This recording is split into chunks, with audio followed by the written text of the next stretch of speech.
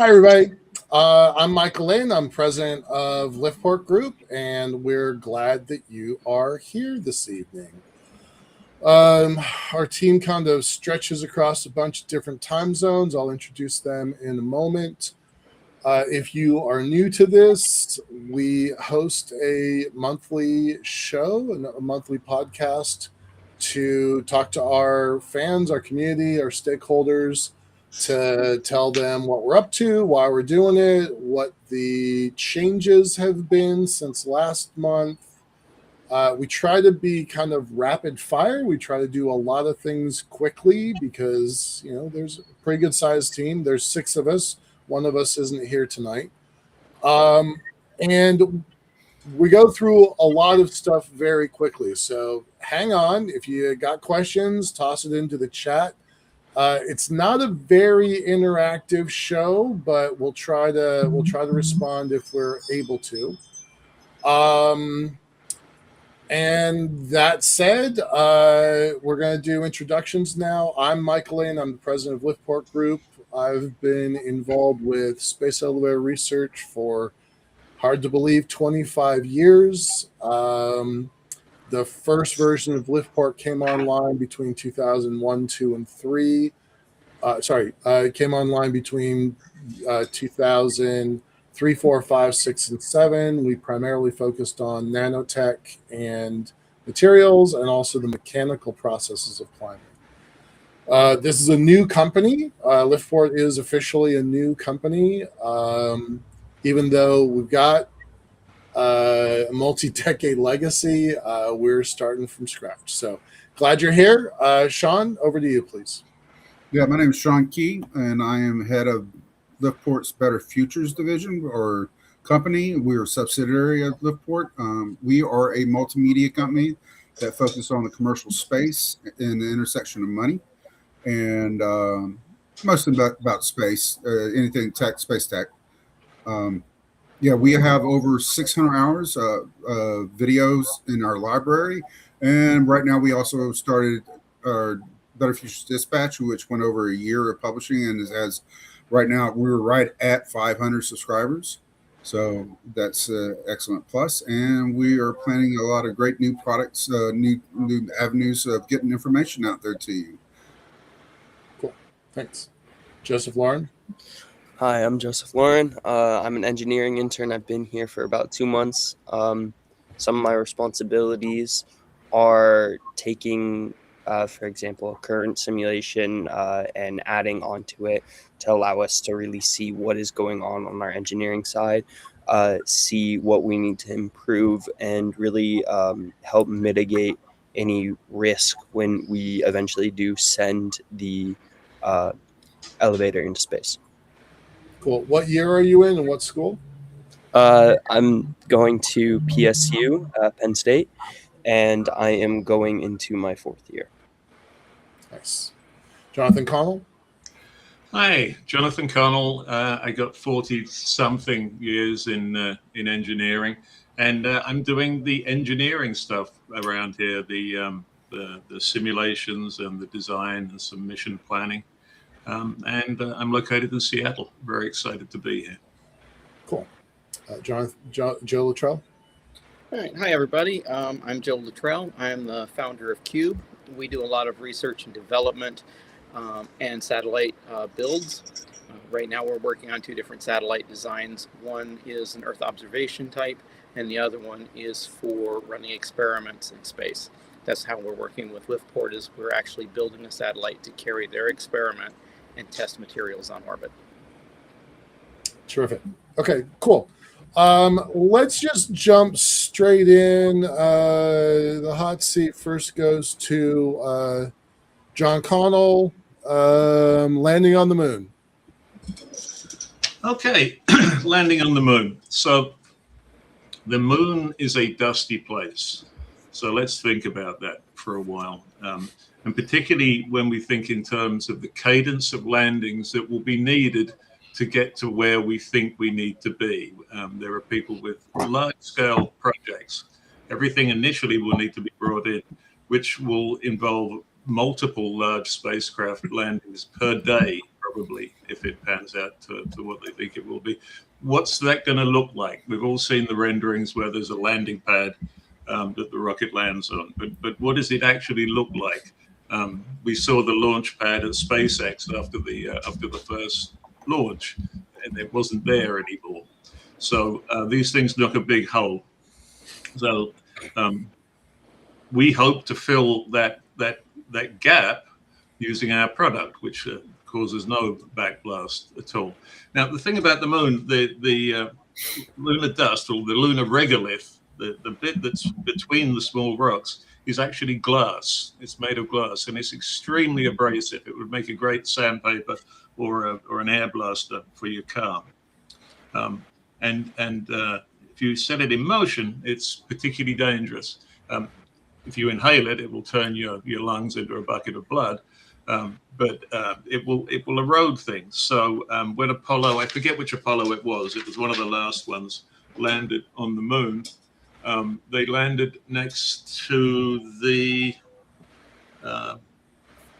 forget what it was, Mariner 3, I think it was, Mariner 3 spacecraft. They landed 600 feet away from it. Now, the landing motors on the Apollo landing capsule were not as large as the kind of thing we're talking about today, especially for a Starship. But it sandblasted that previous landing 600 feet away from it and did quite a bit of damage to it, knocked pipes off it, removed the paint, polished the surface of the metal. But they observed all of the landings from the orbiting craft. And it turns out that when you land just the lunar module, you get some of the particles reach escape velocity and actually go into orbit.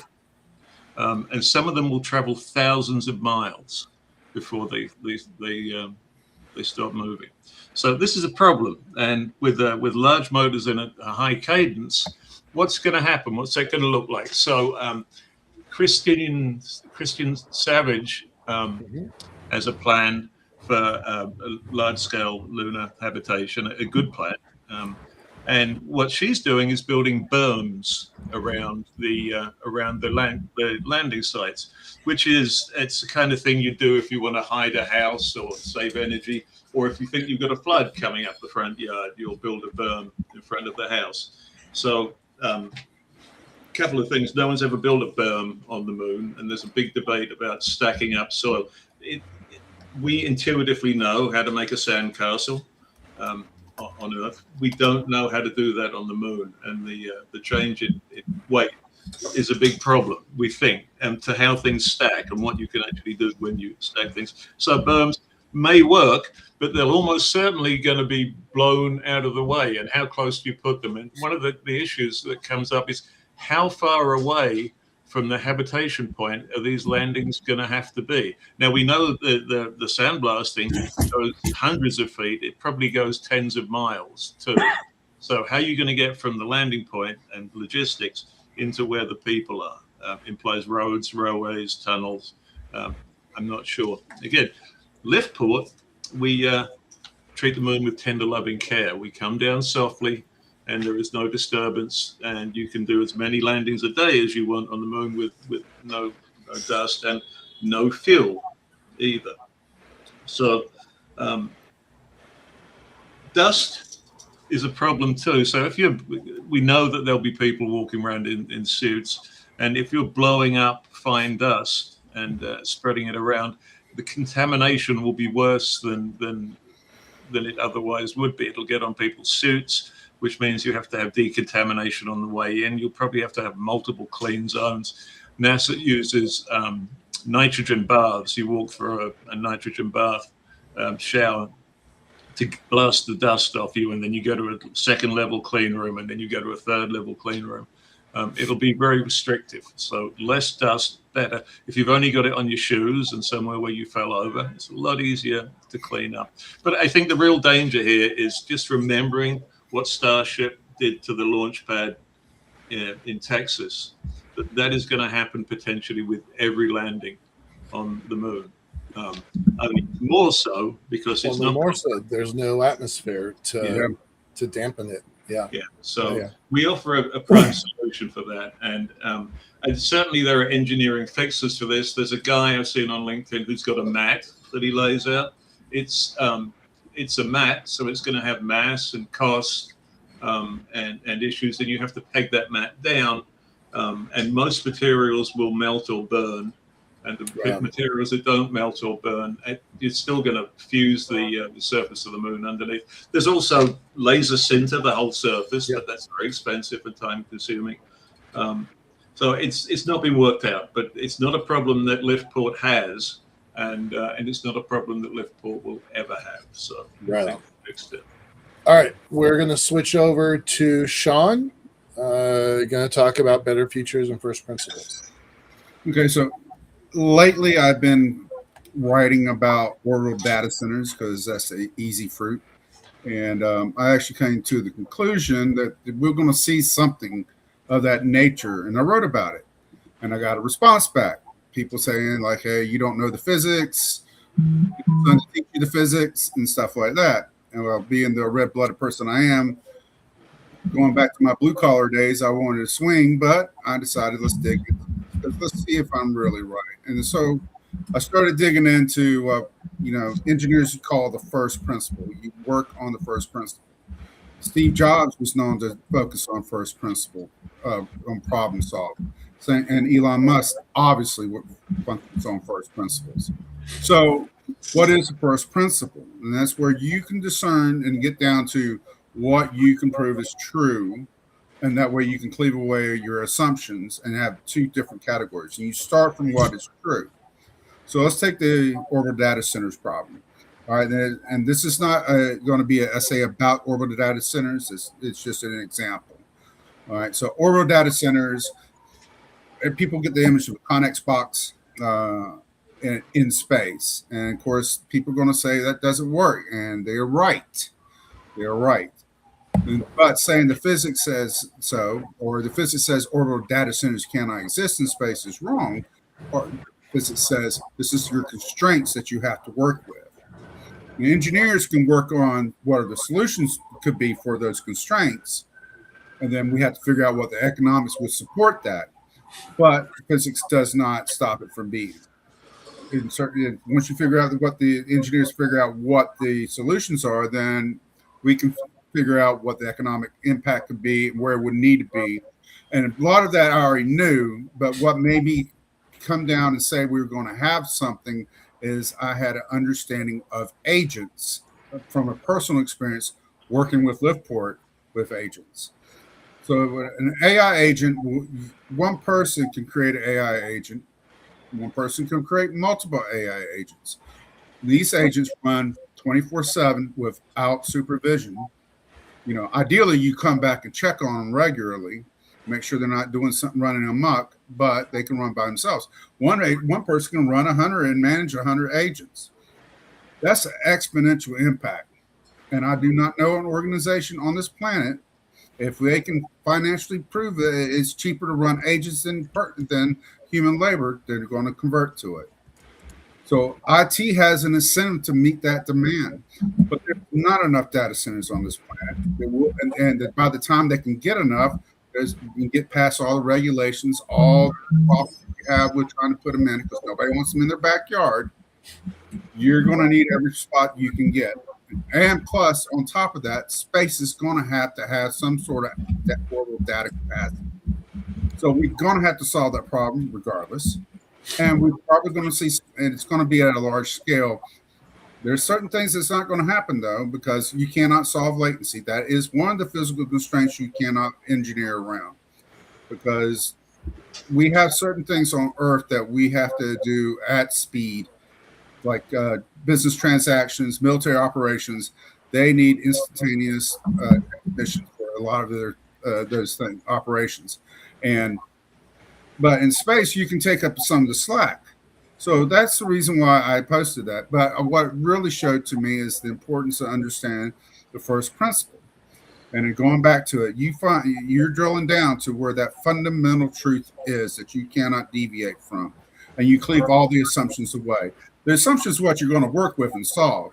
But that fundamental truth is what you know, and you work from there. and you work your way backwards. So instead of saying orbital data centers just can't go in space, we didn't look at the architecture or the artifact. We looked at the function. So after this, my next time around, I'm going to show how we do it here in LiftPort. Right on. Joseph, go ahead, sir. You've got 5 minutes on simulation extension.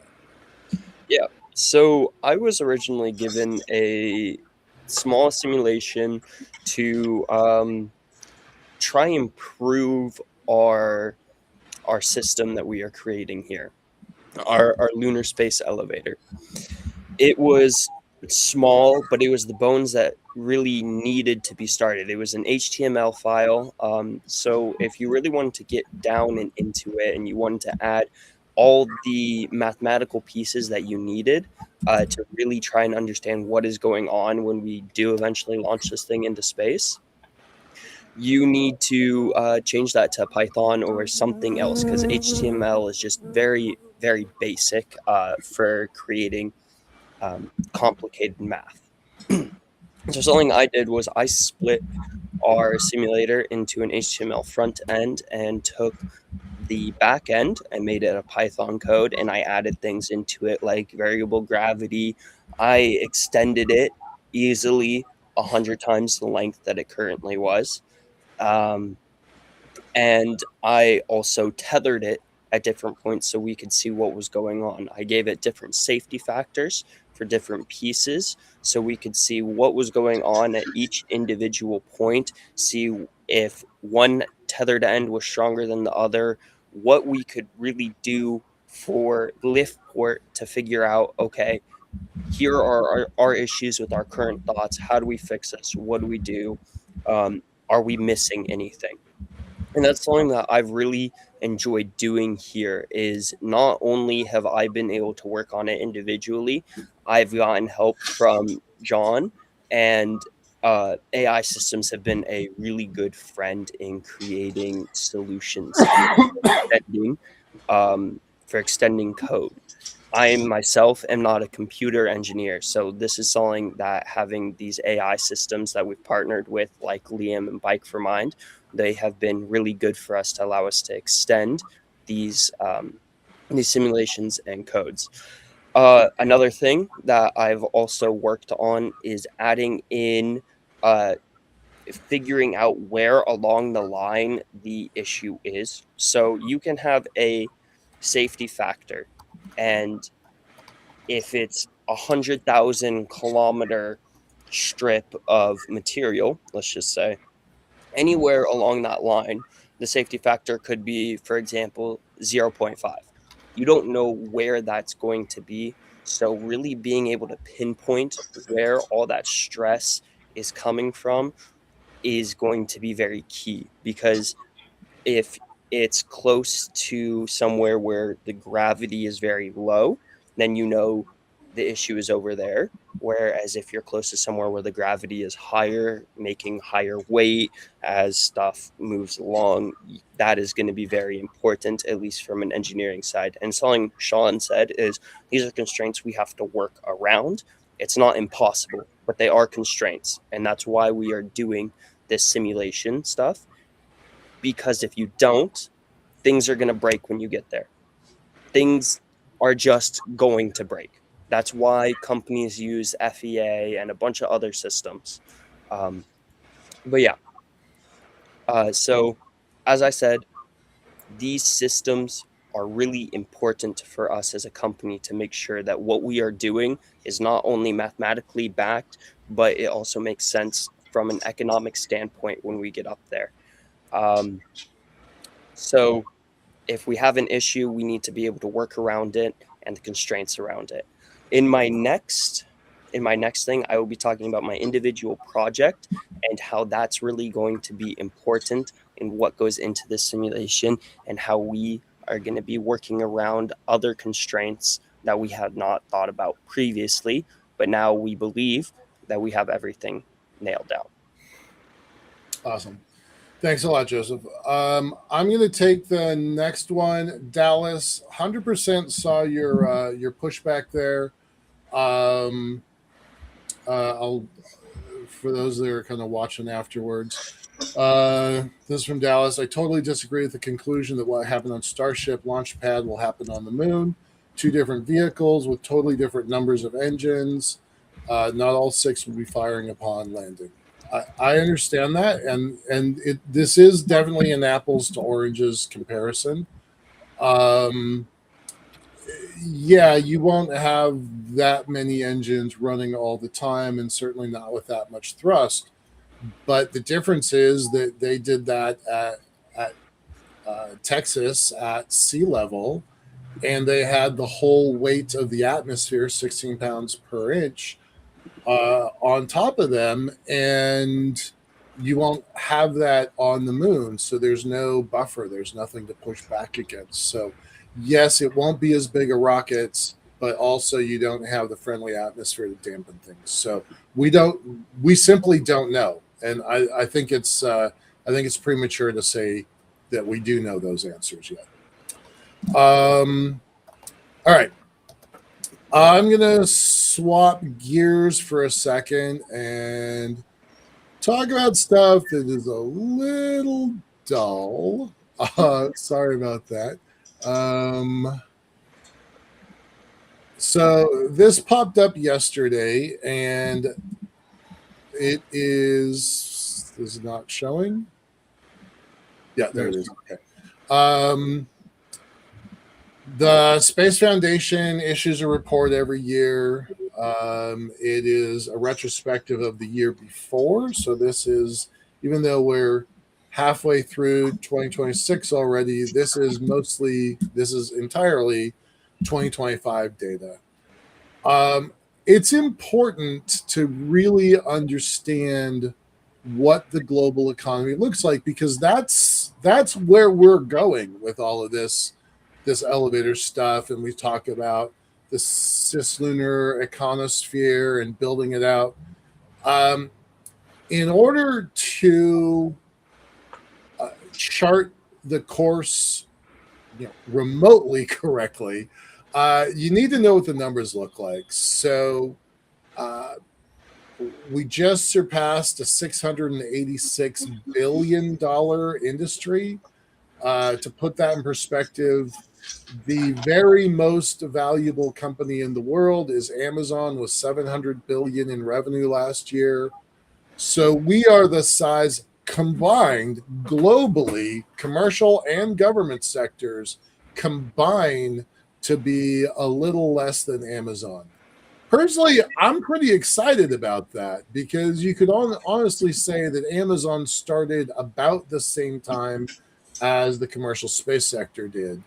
And my hunch is that we are going to surpass that. So I'm pretty excited about that number.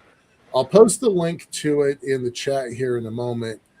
But some of the things that I take away from this thing, I disagree with some of their analysis. And Sean's friend, Dr. Dan Gerritsen, is pretty famous for saying, look, only a third of this space economy that keeps getting posted about is actually happening in space.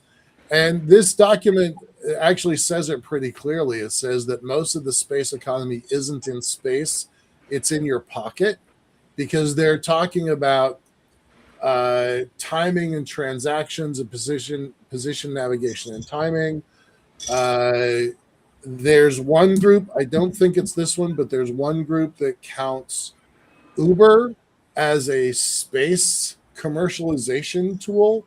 Obviously, I don't think that's accurate, but Uber couldn't exist without the PNT component. Satellite manufacturing is way up, 62% more than the year before. Almost 4,500 satellites were launched last year. Starlink itself has 10,000 satellites, and there's another 6,000 out there on top of that.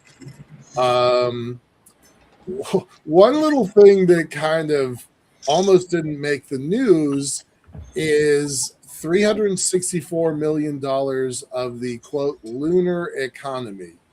Now, as far as I was aware, there wasn't a lunar economy. So I was a little bit surprised by that. So it's a report worth reading. It's a report worth investigating. But I'm taking that lunar economy piece with a little grain of salt. They're focusing on Firefly and things like that, but I'm a little skeptical of their numbers there. All right, and with that, we're gonna swap over to Joe Luttrell. All right. Well, thanks everyone. Thanks, Michael. The first thing I want to discuss tonight is a little bit about the laser development we've been working on. For those who don't know, satellites up to this point for ground to earth and earth to ground communications have used radio. The problem with radio is that frequencies are a finite resource, and we're running out of frequencies that we can use even for satellite bands. And this is a compounding problem. The more satellites we launch, the more ground stations we need, the more radio frequencies we need. It just becomes a bottleneck. So much so that right now, getting paperwork through the FCC is an incredibly long process. So why not just skip the process completely and minimize the radio and move to light? Laser communication's a known thing. We've been using lasers inside fiber optics for decades. I remember when the first fiber optic lines came on for phone communication. It was like, wow, this is amazing. Well, now we figured out how to do lasers in free space where we can accomplish the same thing. Now, in order to do this, you need to have some precision pointing, and you need to have a powerful enough laser and also a powerful enough receiver. So our objective with this particular mission is commands will be sent up using a standard radio, but all the data we gather will be coming down via laser. That just saves us that step in the licensing process. But in order to do that, we had to build it. So I'm going to try and demo this. Understand this is a benchtop set. It is not designed to fly to space. It's to show how it works. And in order to show how it works, we had to make a couple of changes.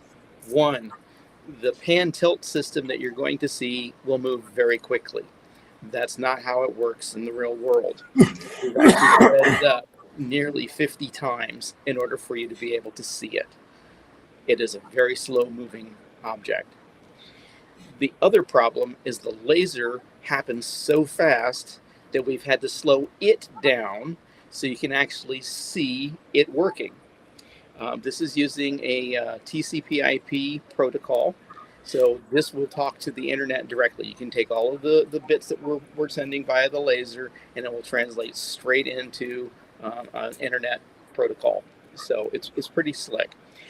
This is a first time. I'm going to pick the camera up. We're going to go and look at the rig, and then I'm going to put the camera back when we're done. So here goes nothing, everybody. This is probably going to not work, but we'll give it a try. Okay, so here we go. One camera being lifted up. All right. So here is our rig. This is the pan tilt mechanism here. It's not very large, as you can see. The laser we're dealing with is a 0.5 milliwatt. We don't want to be doing anything larger in the lab. For space, we will be using a 5-watt laser to make this work. So it's pretty powerful stuff. Okay, everything back this way is the controls. This is the laser. What I'm going to do is I'm going to start it up. It will go through a pan tilt test cycle, and then I'll set a card up and you can see the laser actually pulsing out all of the information. That is, if I can keep everything in the camera frame, because it's mirror imaging and I didn't realize that. Sorry, folks. Okay, here we go. Let's move this little pan tilt unit.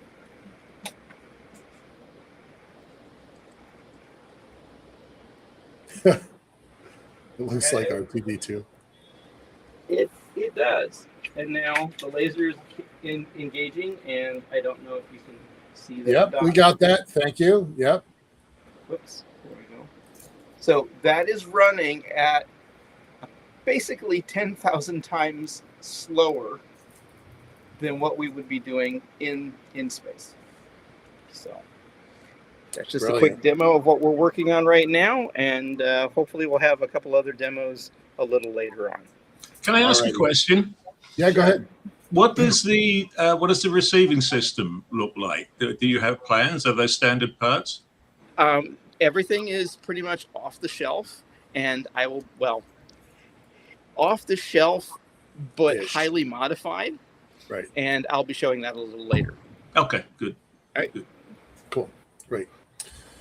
All right. I'm going to take another 5 minutes myself to kind of talk about what this last week has looked like. I did something that I don't typically do, which is go to a pitch competition. I think nobody who's listening or watching is going to be surprised to say that I'm to hear me say that I'm not particularly skilled at this. It's not something that I've ever really had to do, so it's a new tool I have to learn how to use. It was quite interesting, and one of the big takeaways was, maybe I'm in the wrong room. So this was it was a defense-focused program for Friday, Saturday, and Sunday. It's called a scale-a-thon, so it's different from a hackathon, but it's the idea that you come in with a relatively blank slate and decide you want to build a business. Now, there weren't very many people there, and and everybody was already working on their own things, so that was a little bit strange, a little bit chaotic. But one of the things that has really struck home to me several times is that maybe this isn't the right room for me to be in the first place. That if you're a software as a service style company and you've got yet another digital app, it's pretty easy for an angel investor to say, okay, if I put 200,000 in, I'll get 500,000 out, or if I put 500,000 in, I'll get 5 million out. Or if you're the early days of Facebook, it's 5 billion out. Those kinds of systems are very easy for investors to understand, and therefore it's easy for them to write checks. Our project is not like that, and it is very hard for people to understand what it is that we're doing and why their quote unquote small check of $200,000 moves the needle at all.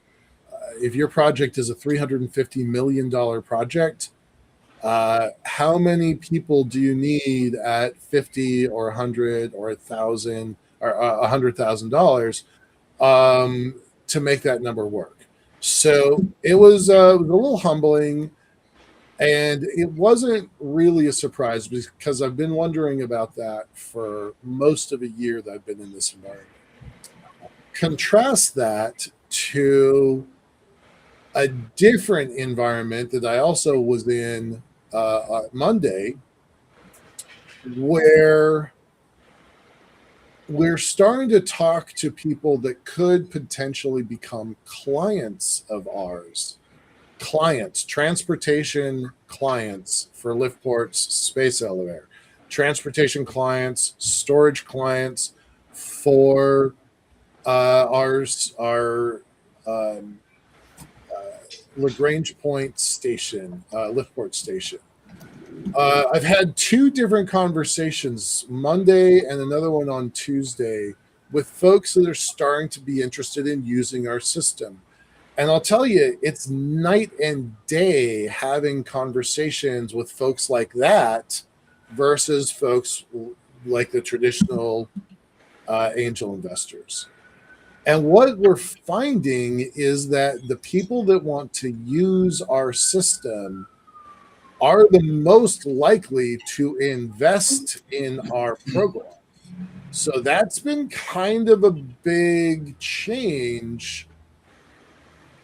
What I said on Saturday or Sunday at that scale-a-thon was, I think I'm in the wrong room, but I don't know what room I'm supposed to be in.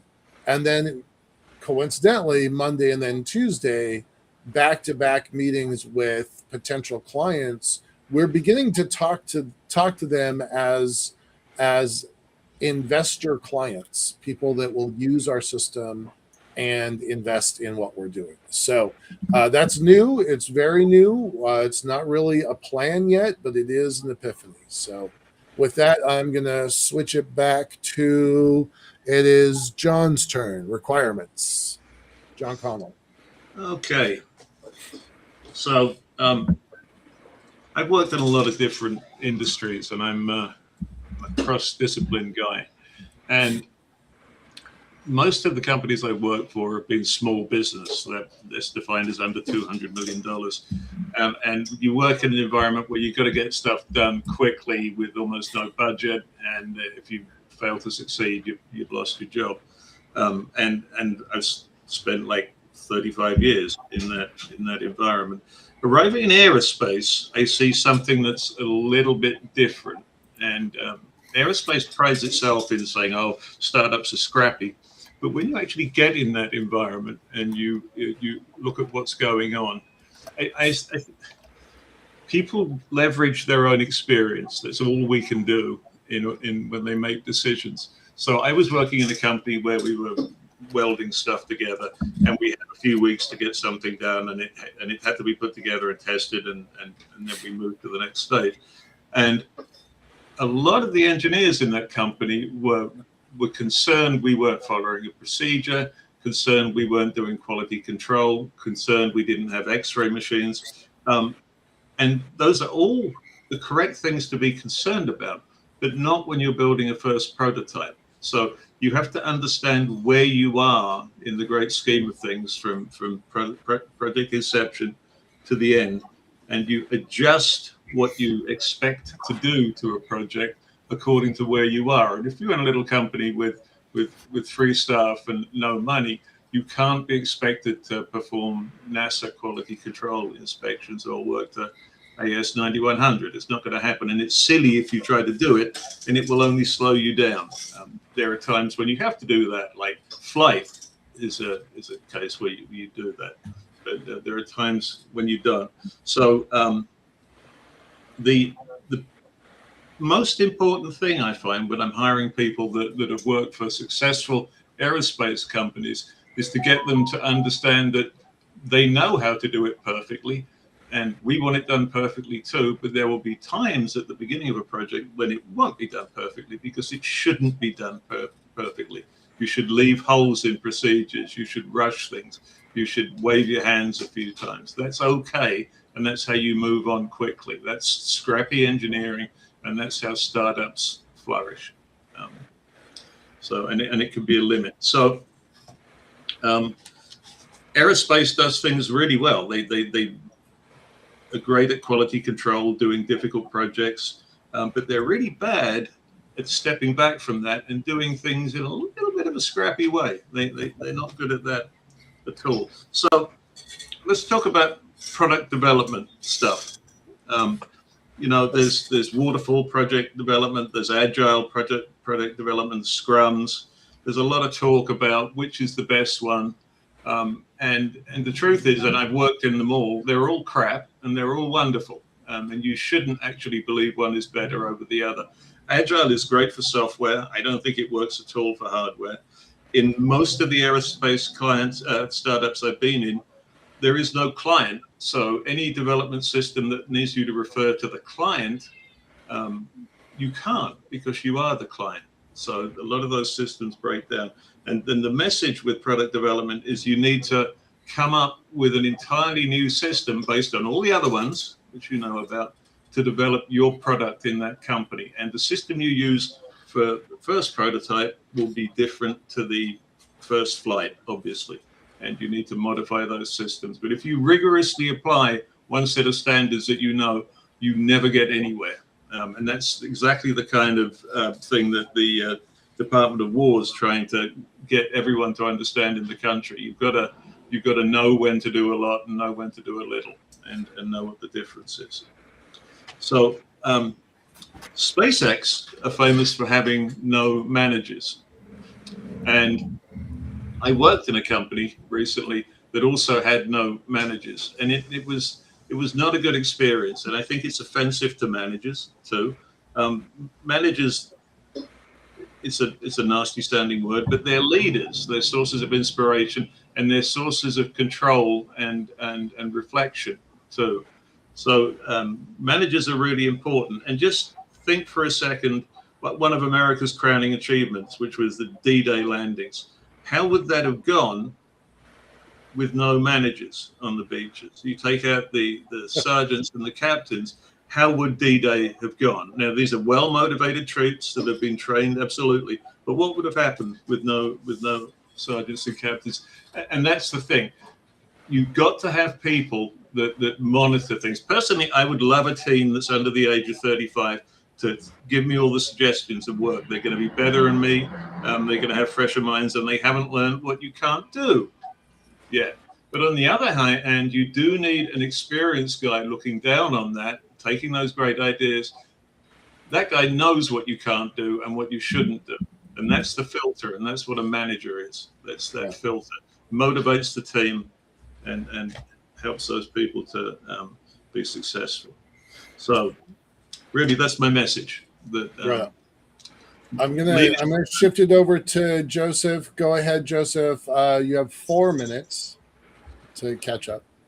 Yeah, no worries. So I'm gonna go pretty much in a very similar route that I was last time, where I was talking about how we were expanding on the simulation and personal thing that I need to do. It's actually my individual project for my internship here, is creating a more circle safety factor extension that's going to be basically like a plugin, not only for this simulator, but any other simulator. Sean, do you have the photos I sent you? Yeah, hold on. For anyone who doesn't know what Moore's circle is, basically, imagine you have a solid material, or even, as you'll see in the photo, a hollow material, and you twist it. That angle of twist is going to change the stress, the strain, and the principal stresses all on the system. So that is going to also then change your safety factor and how that material really reacts with the environment around it. It's very important for combined loading problems, which is something that we are dealing with. We're not only dealing with a combined loading problem, we have a lot of other things going on as well. But yeah, so what you'll see here is that each angle has a corresponding stress and strain with it on the axis that it gets twisted upon. You will also see that the angle is multiplied by 2 because Moore's circle is double what the actual angle is. So this is very theoretical to get out a real answer. If you move on over to the other photo. Right. It takes me a moment to set it up. Yeah, no worries.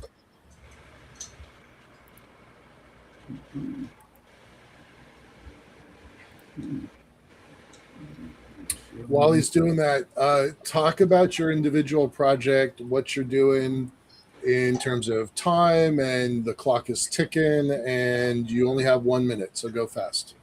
So I had a week or two now. I've been sick for the last week, so it's been a little hard, but I have all my other responsibilities on top of my current new responsibility of getting this individual project done to help and further LiftPort's and our goal of getting the elevator into space.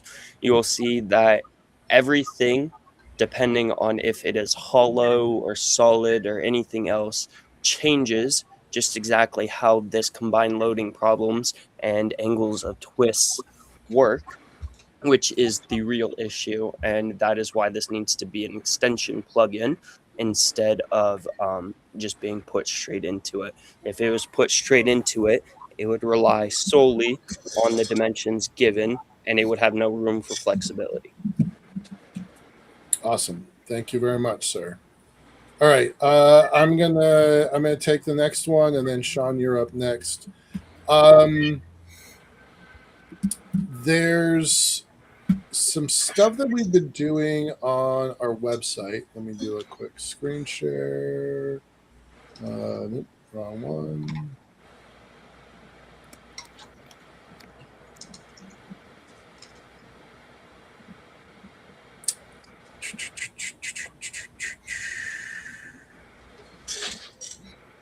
So, done some pretty big overhauls to our website. I always point out the clock, 804 days to go.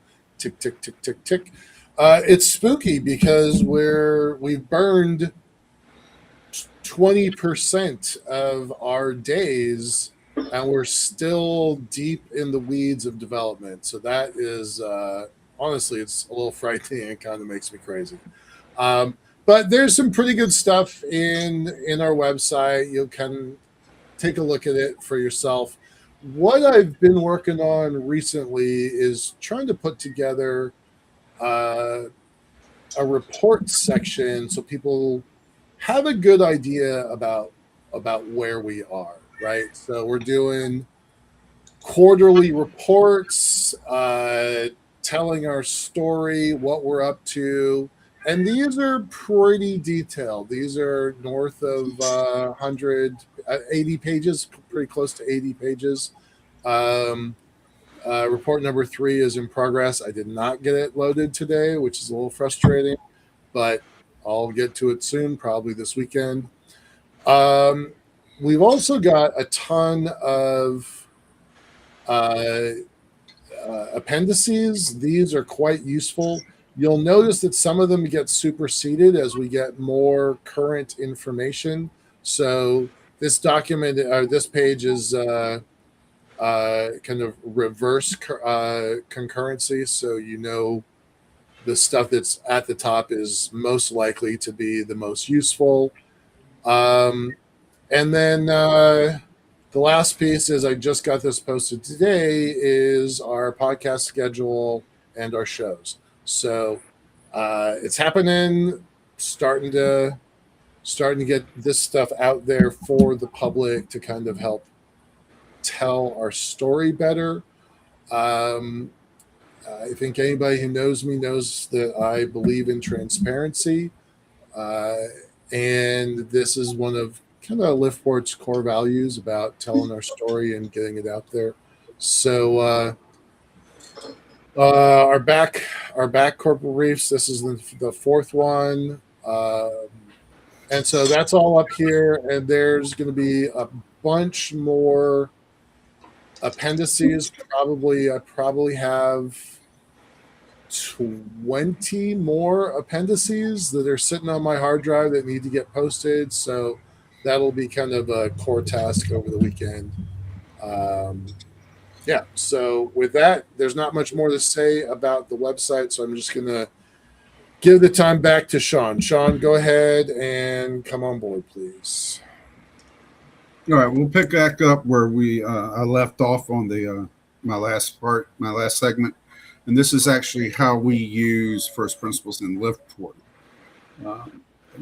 Engineers can tell you how they use it, and I know they use it all the time. It's not something that's commonly talked about outside of the engineering sector.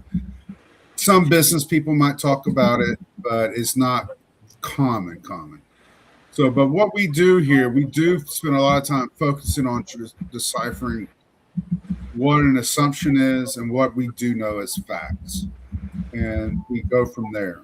And to get to that point, when an organization comes online, you first start off with, how's that company going to orientate to this problem?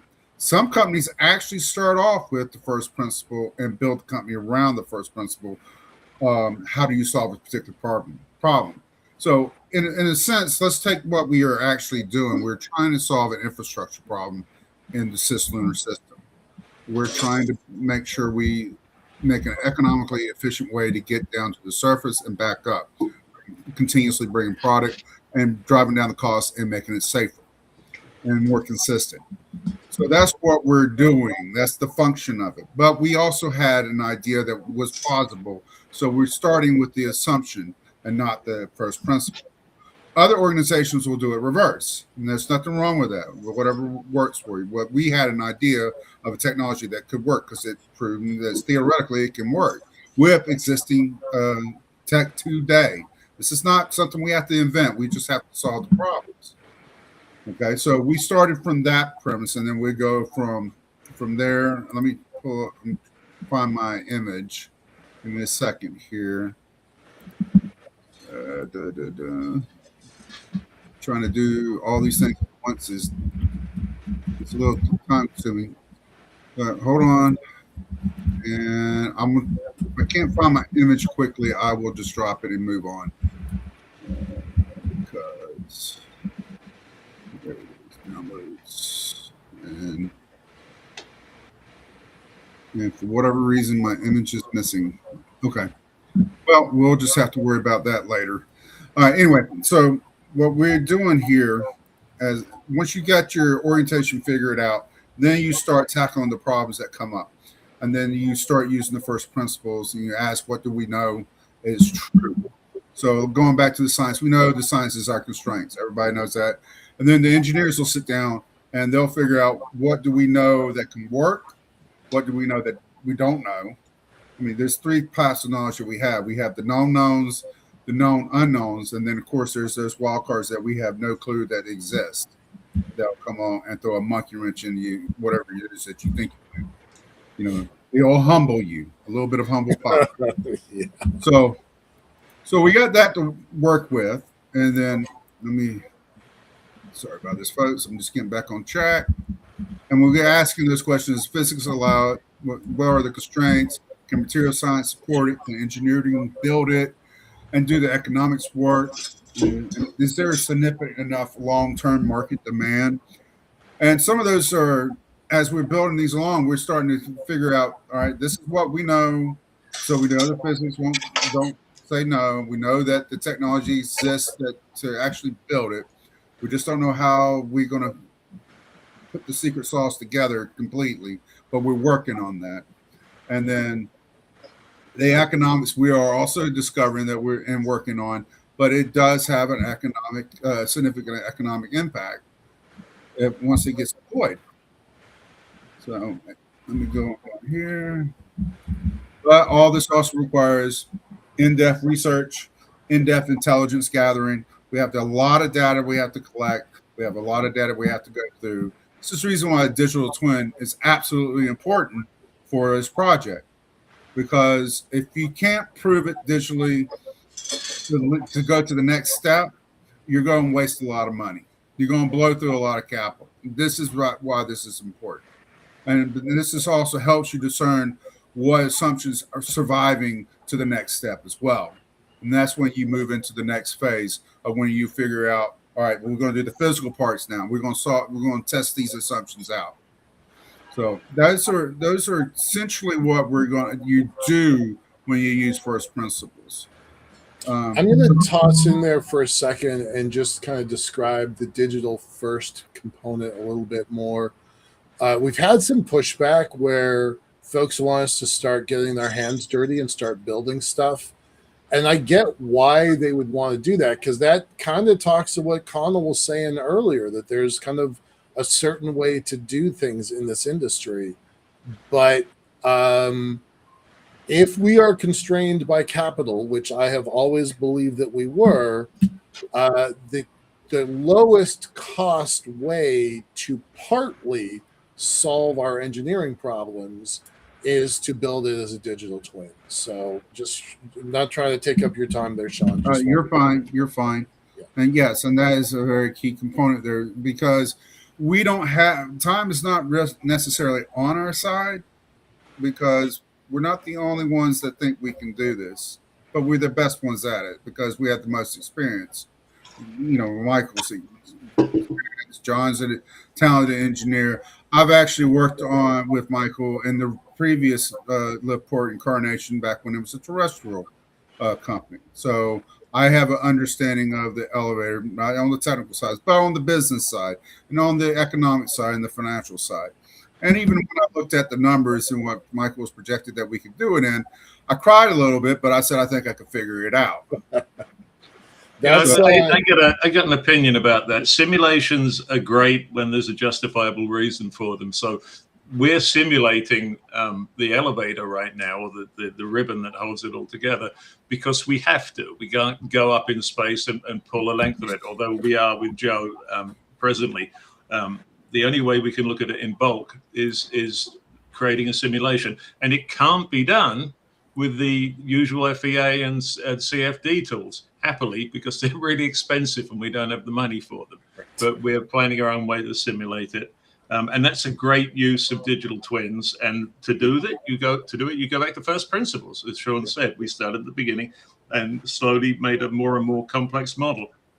And got good results out of it. What I don't like to see in aerospace is when you ask somebody to make a bracket that big and they won't draw it, they'll go straight to simulation to test it, and that's reliance on it, and that's plain dumb. In my opinion. Just walk over to the machine shop. Yeah. All right, Joe Luttrell, you got 4 minutes, sir. Okay. Well, I want to first acknowledge Jason had a question about what our bandwidth was. And for the laser, we're testing at 1 megabit per second, but ultimately we can get to 1 gigabit per second using this technology. That's 10 times slower than what SpaceX uses on their systems, just to give you an idea of how powerful the lasers are for a Starlink versus what we're doing. But hey, one megabit per second is a win.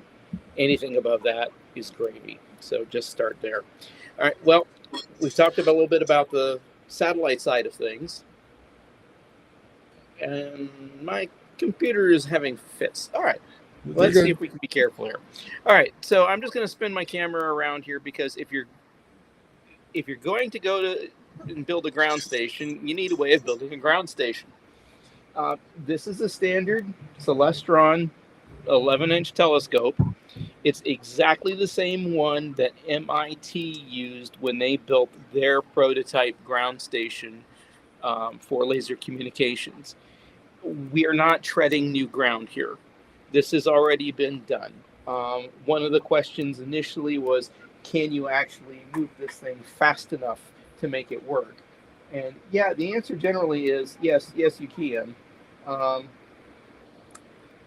of course, that one didn't work, but I was hoping to do a manual, but I have it all in the computer, so that's probably what's happening. So let me shift over here real quick to the computer. And you can see that we have, we're using gPredict there. So we have all the ground track. We can track satellites with this already. We've been testing it. And so tracking ours is going to be essentially a no-brainer, especially with some of the optical tools we're using. Again, the protocol here is the same as what we're using, TCP/IP based.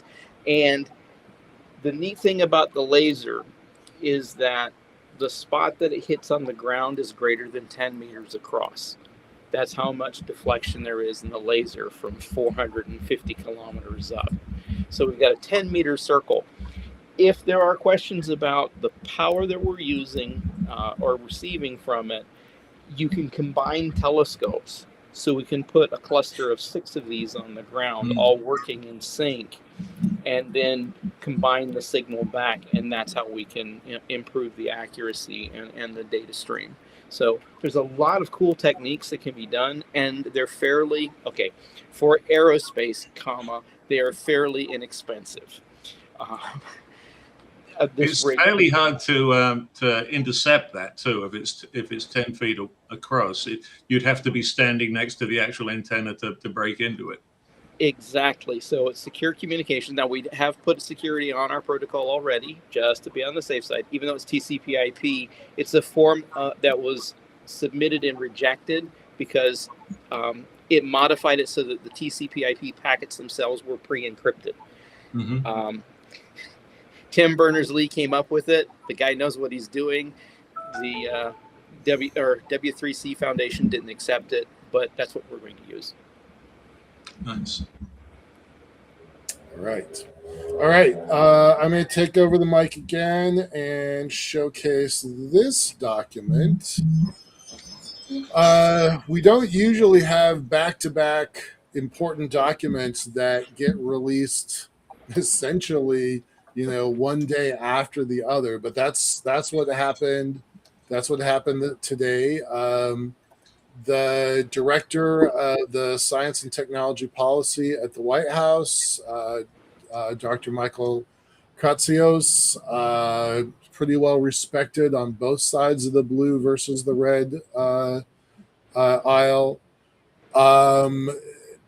came out with a new document that basically says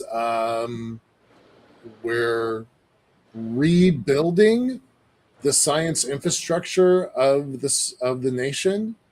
It is pretty interesting, some of the things that they say.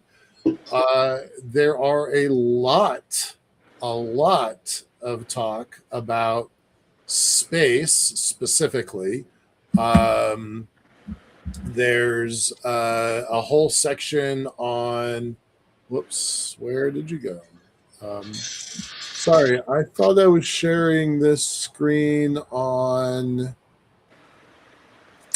I am pulling this from my hard drive. Can somebody on my team go and find this document at the White House? I'm sharing my PDF off my hard drive instead of the actual site. So this document, in their own words, is an Apollo-style mission plus an AI multiplier, from discovery to the factory floor. Of course, it's going to say all inside America's borders. But there's a lot of stuff in here that really focuses on space. There are 6 big themes here. AI, of course, that's kind of driving everything.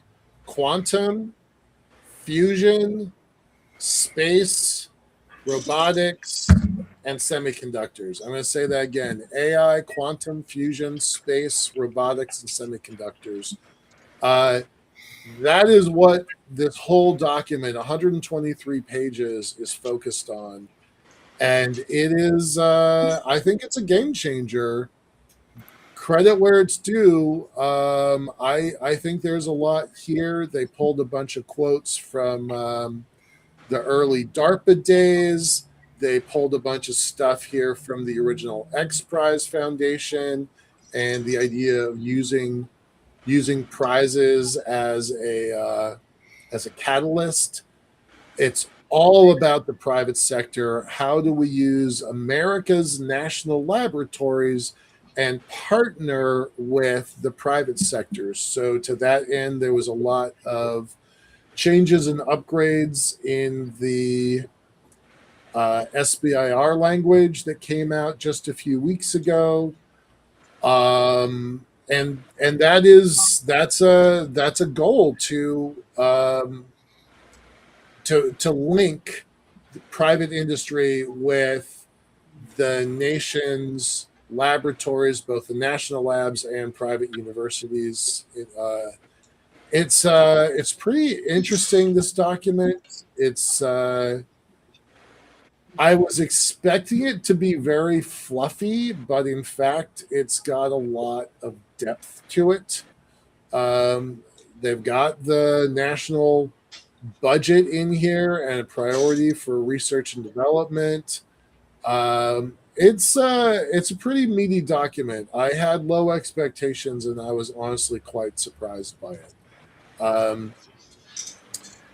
I felt a little bit like there was a tiny bit of throwing industry under a bus in here, as if we haven't already been doing the work. So that was a little bit surprising. I didn't take it personally. I thought that perspective was a little strange. As a White House document, of course, it definitely has a certain flavor in the language. There's a reason it's called the Golden Age, because everything this White House touches is gold. But the document is powerful, and I think it is going to lead to some good things. So with that, I'm going to stop sharing it. I recommend that you go take a look at.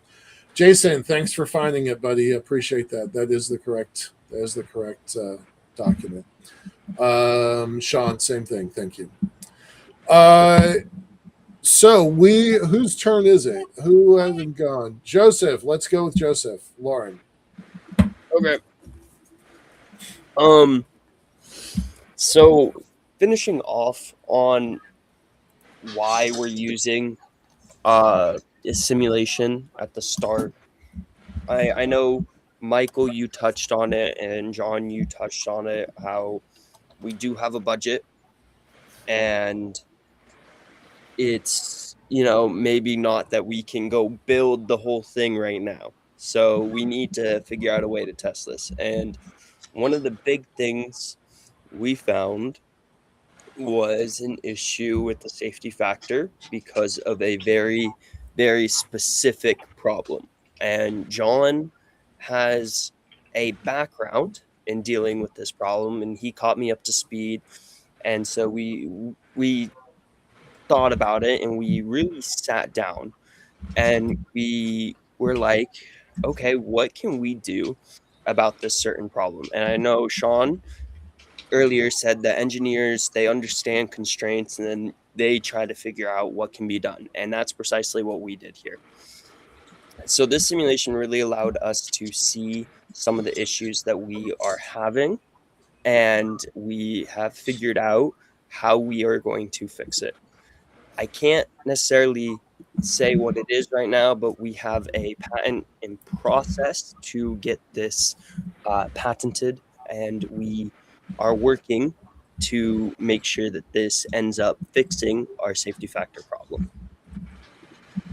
I truly believe that this system, is something to be proud of as an engineering group, because this is a problem that has never been tackled before in the history of, well, I guess the world, Right. history of everything, right?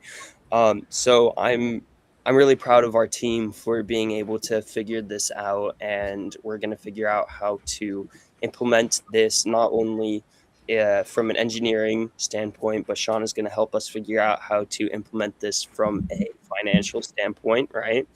And Michael is going to supervise us and make sure that it makes sense. I'm bringing the lawyers, right? Yeah, right. When all is said and done, at the end of the day, we got to be able to back this up and protect it. Yeah. So this is something we've collectively worked on and thought of, and this is a collective group effort, not just from one person, but it's a collective effort on all of our parts. And like I said earlier, I couldn't be more proud of our group. I'm super proud, for sure. Absolutely. Describe the problem a little bit more. What is it that where is the problem at? Like, what is the thing that you're trying to solve? So the problem is actually attaching to the moon. That is a very big problem, that we have the weight of the material, just the material isn't able to support itself currently, and able to support all the motion going through it as we move stuff towards the moon. And so instead of giving up, we've decided, okay, we are going to look at different solutions for the two different issues that we had here. And we came up with solutions. And like I said, we're working on getting a patent for it. Awesome. Okay. All right. Let's move to who's left. Just John Connell and Sean. Sean, you are still left. You go. All right. So wrap up this conversation about the first principle. I was actually sitting there thinking that, in the context of what we talked about, engineering, economics stuff, this is actually used in strategy.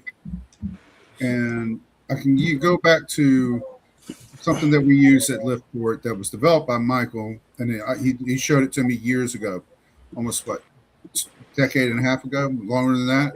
Yeah. It was the media process. In that process, there's a technique called deconstruct, reconstruct. So the idea is that you sit down, and when you get ready to set up your enterprise, you'll look at the vision and values. And there's the first things you're going to tackle is your vision. Where you think you're going? Where are you going to go? And then you're going to sit down and you brainstorm this. And you really try to brainstorm it in detail, as much detail as you can. But it has to be unique detail. And you just dig and dig and dig until it hurts. Until you get ticked off of each other and walk away, and we have to come back and do it again tomorrow. So then you sit down. Once you get a big pile of concepts, then you sit down and you look for redundancies. Does this really mean this here? Does this really mean this here? Can we say this with this? And you really strip away all the excess noise, and then you get what you get. You keep on doing it till you can't get down any further. You have the truth of your vision. You have the fundamental truths of your vision right there. And this is important. I mean, this part is very important. This is where you know what direction you're going and what it's going to look like. Then you go and you do it to your values. How am I going to behave and act doing this? And you do the same process. You put out there, what do you value as ethical? What are your values? And you lay it out there. And once you do that and you go through the same process and you say, well, does this mean this? Are these overlapping? Do I really need both of these sitting there when I'm really trying to say, I'm actually saying the same thing? Or can we just restructure this a little bit where it means both of those things? You keep on stripping away until you get your value system really locked in. And it is truthful. There's not a wasted word in there. No. Vision and the values. These are important, because these two things are what's going to help you develop your mission. That's where the value comes in. This is where it really helps you fine-tune your strategy. And all this really is first principle. What's the first principle of your vision? What's the first principle of your values? And then you come up with the mission. And once you got your mission down and you've done it all first principle, guess what? You're going to do this again when you start figuring out your policies, your objectives, your strategies, and your tactics. You're going to do it again. From there, you jump into goals, investment, and tasks. I mean, there's a whole list of things that goes in the process, but it really starts down that we're doing it from first principles at the very start. This is the reason why this is so important about the first principle. I think this is a business that should be more prominent out there. So for me, go ahead, Mike.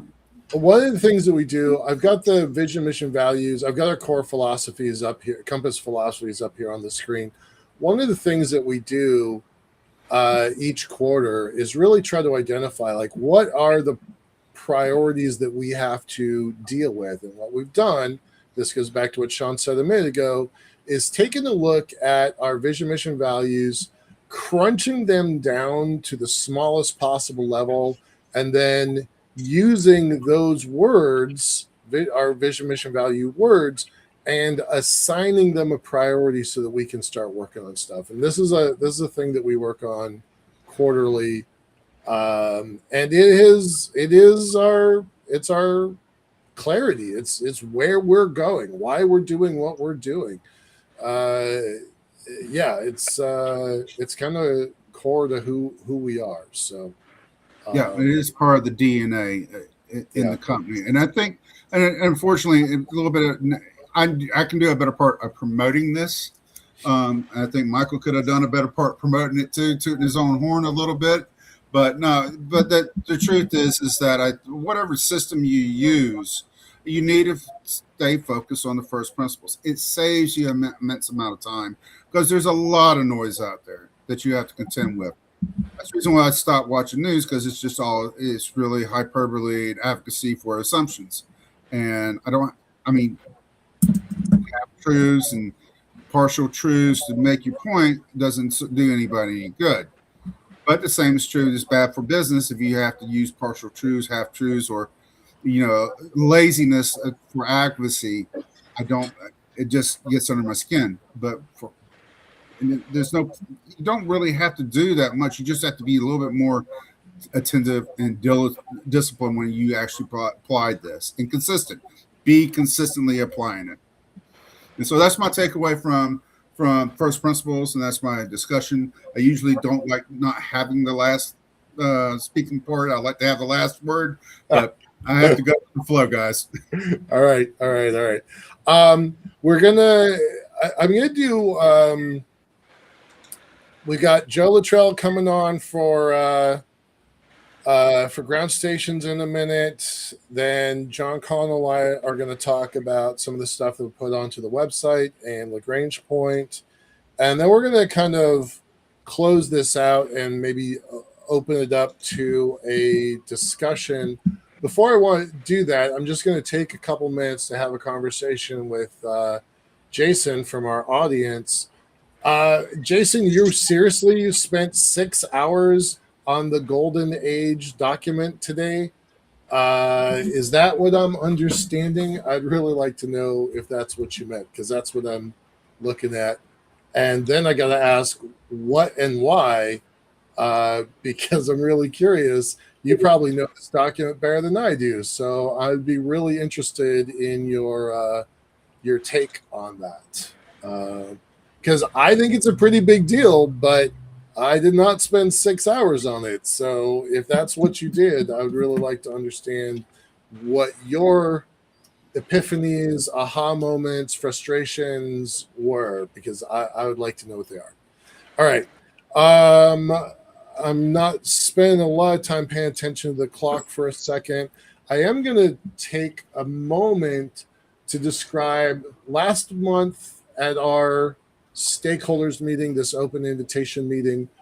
We talked an awful lot about the industrial infrastructure network, and we've done a lot on it in the last 3 weeks. We are ready to start bringing on clients. We have been doing some background testing, and we've got 4 clients in various stages of onboarding. That's less than I was hoping for. I was hoping to have 10, but turns out there's a problem with the onboarding, and I had to rebuild some really core pieces of that of that document. So not document of that website. So the industrial infrastructure network is ready. We are taking on clients, but it is very clunky and it's very time consuming to figure out this onboarding process. So just want to give everybody an update. My goal is still to get at least those 4 signed up and working this month and finish them out. And then I'm just going to push back and say, okay, we'll get 6 more in August to get us a total of 20. That's what I'm aiming for.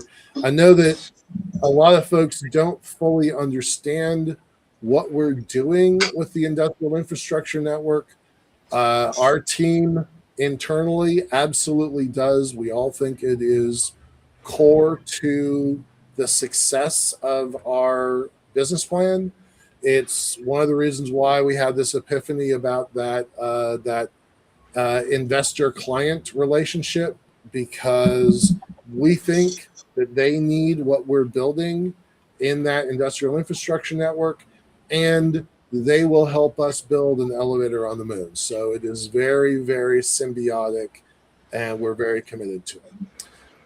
With that, Joe Luttrell, let's do ground station, sir.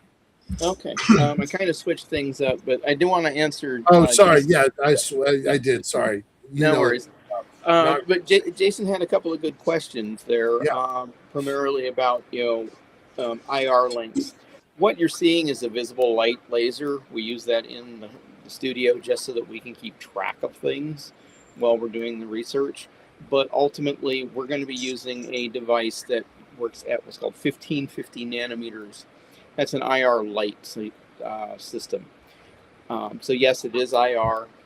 The biggest problem with that particular system is that there are issues if it's raining. If you have extreme cloud cover or it is raining, it's going to interfere with the beam.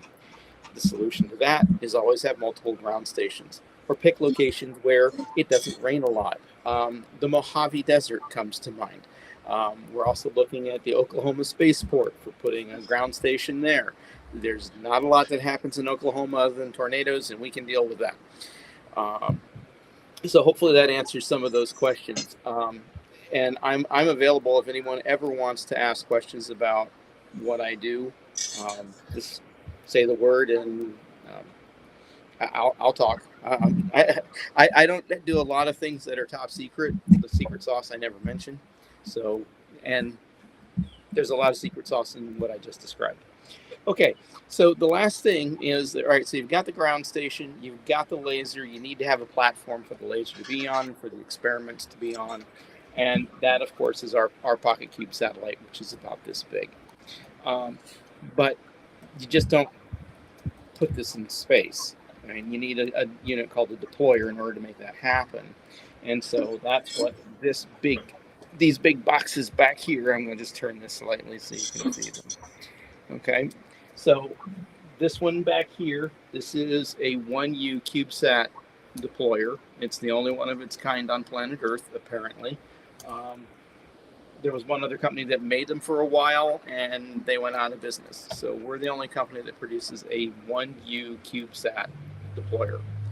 And all it does is it has an industry standard connector, and this is a control box that simulates what the signals would be on the rocket itself. So when they put the rocket together and they've assigned all of the payloads, they mount this in a specific location for weight balance, and then they run this cable into their system.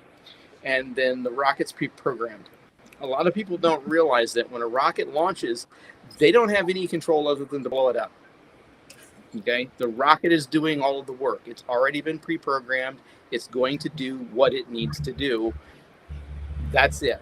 It has many failure modes, but there's no person that can radio up and say, don't do that.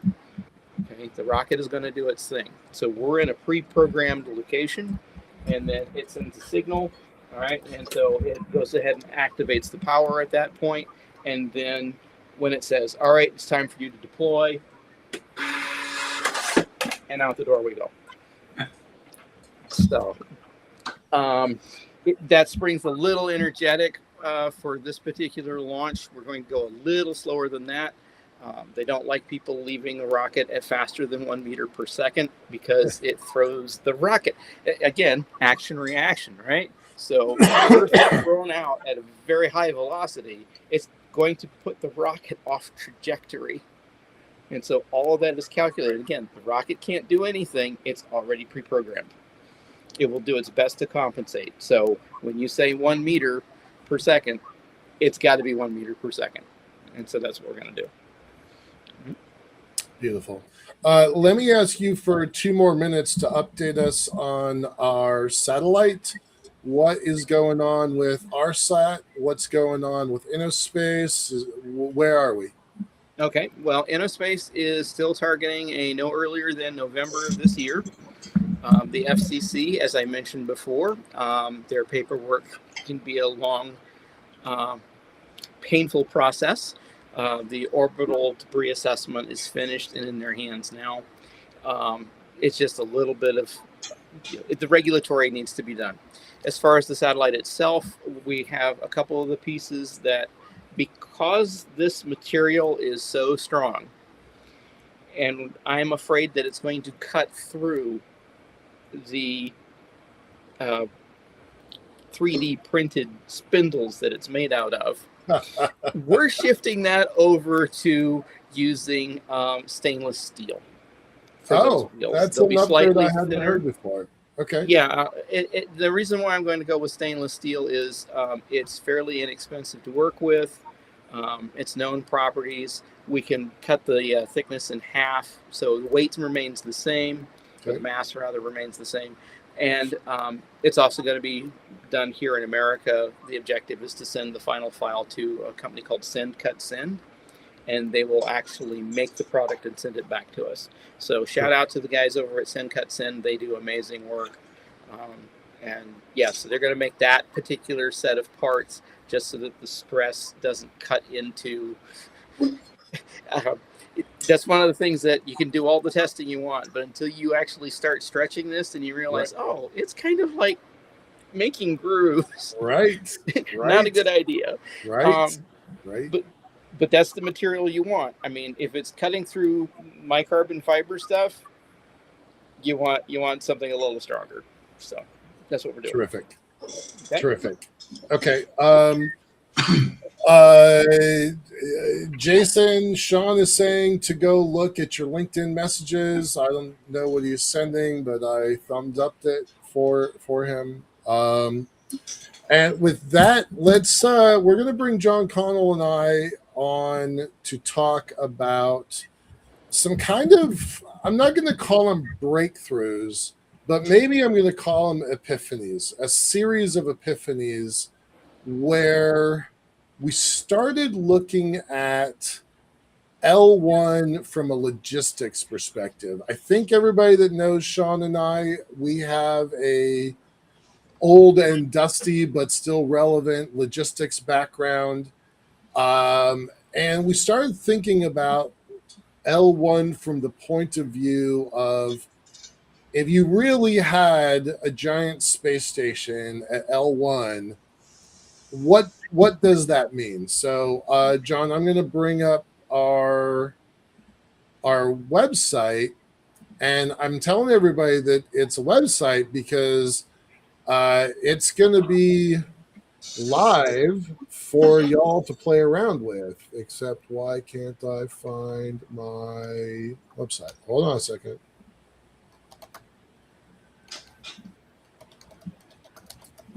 There we go. So we built this thing. All right, John, you start off. Tell them what this thing is.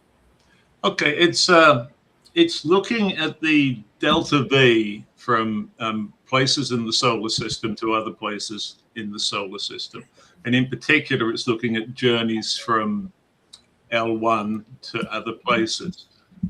In doing that, we work out the delta V. There's a bunch of assumptions that we have to make about orbits, and if anyone's interested, we can tell you what that is. But we're flying from L1 and to a place, say Mars, and we're flying from Earth, say, to a place, Mars, and we're comparing the journey times and the fuel you'd need to burn, and it gets really interesting. So obviously, we're looking at establishing a base at L1 with a large car park, trailer park, storage area, and it will be a great place to set off to all other ports.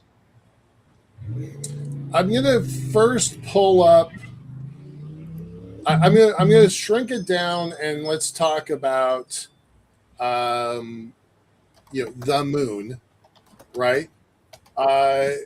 And what we've got here is a set of destinations if you are moving from L1, and what is the comparison of if you're taken off from the Earth, for example, to L1? Same thing with the Lagrange points. You've got 1, 2, 3, 4, 5.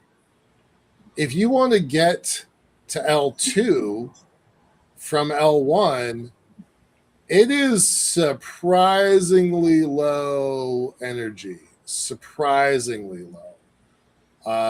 If you want to pop out and get to L5, same story.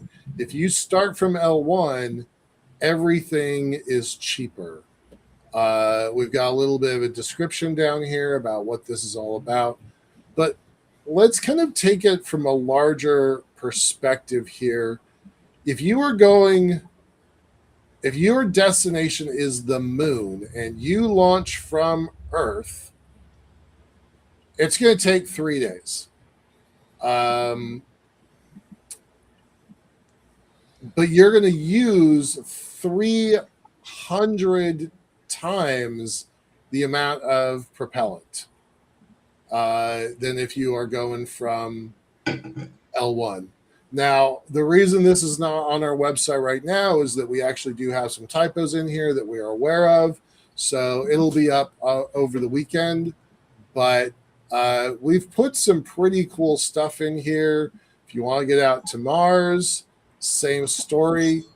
It is 47 times cheaper energetically to launch from L1 than it is to launch directly from the Earth.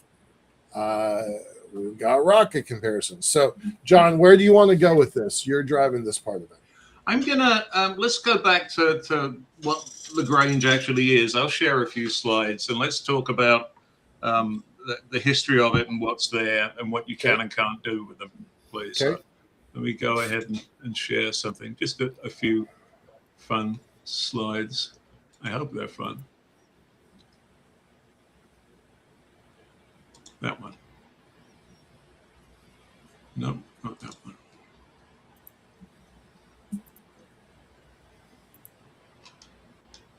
You're doing a share? Yeah, but I'm not able to see the screen that I'm trying to share. That's bizarre. 1 second.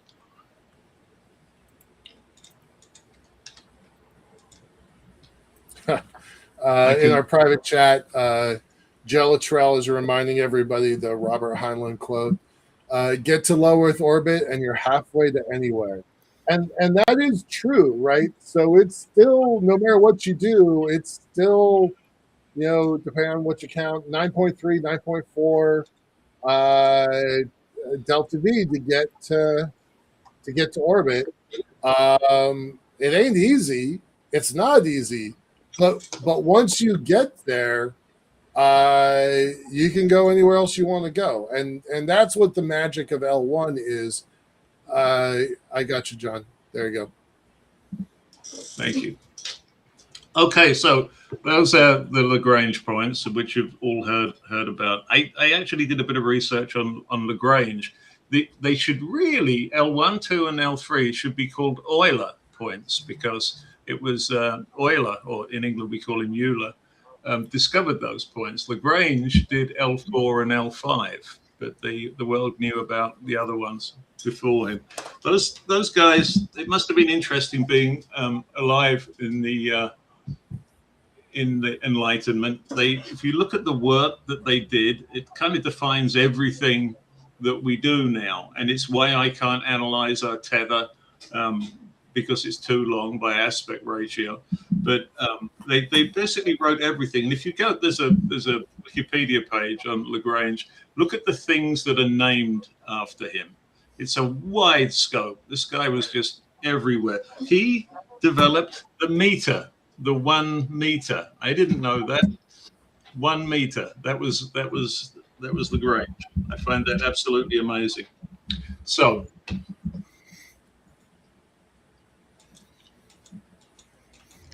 Okay. I'm trying to change my screen and it won't let me. Damn it. Okay, I think I'm going to have to stop sharing.